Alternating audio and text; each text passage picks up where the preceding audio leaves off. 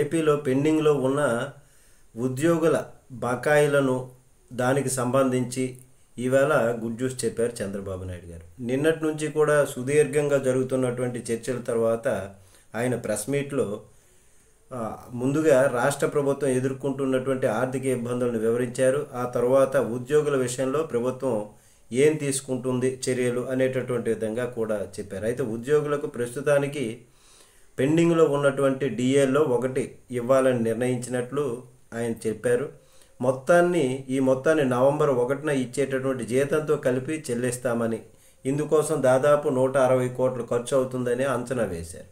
మరి తొలి దశలో డిఏ చెల్లింపు చేస్తున్నట్లు ప్రకటించారు. ఎర్నడ్ లీవులు కూడా పోలీసులకు మాత్రం క్లియర్ చేస్తున్నట్లు తెలిపారు. అది కూడా 50% చెల్లించి మరో 50% జనవరిలో చెల్లిస్తామని చెప్తున్నటువంటిది. అయితే మరో 60 రోజుల్లో ఏ ఉద్యోగి ఇబ్బంది లేకుండా వ్యవస్థల్లో మార్పులు తీసుకొస్తాము అని చెప్తున్నారు.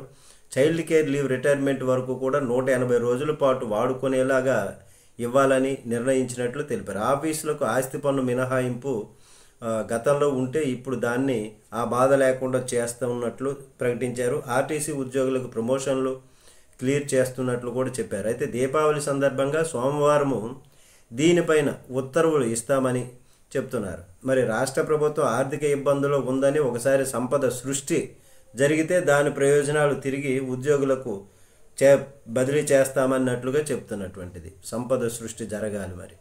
మరి అసిస్టెంటు, అటెండర్ పదవుల పేర్లను గౌరవప్రదంగా మార్చాలని నిర్ణయించినట్లు చెప్తున్నారు. మరి కీలకమైనటువంటి పిఆర్సీ పైన మాత్రం కొంత టైం పడుతుందని ఉద్యోగులకు చెప్తున్నారు. అయితే తనకు వెసులుబాటు రాగానే దీనిపైన నిర్ణయం ఉంటుందని, 2004 కంటే ముందు నియమించినటువంటి ఉద్యోగులకు సుప్రీంకోర్టు ఉత్తర్వుల ప్రకారం సిపిఎస్ వర్తింపు చేయాల్సినటువంటిది ఉంది.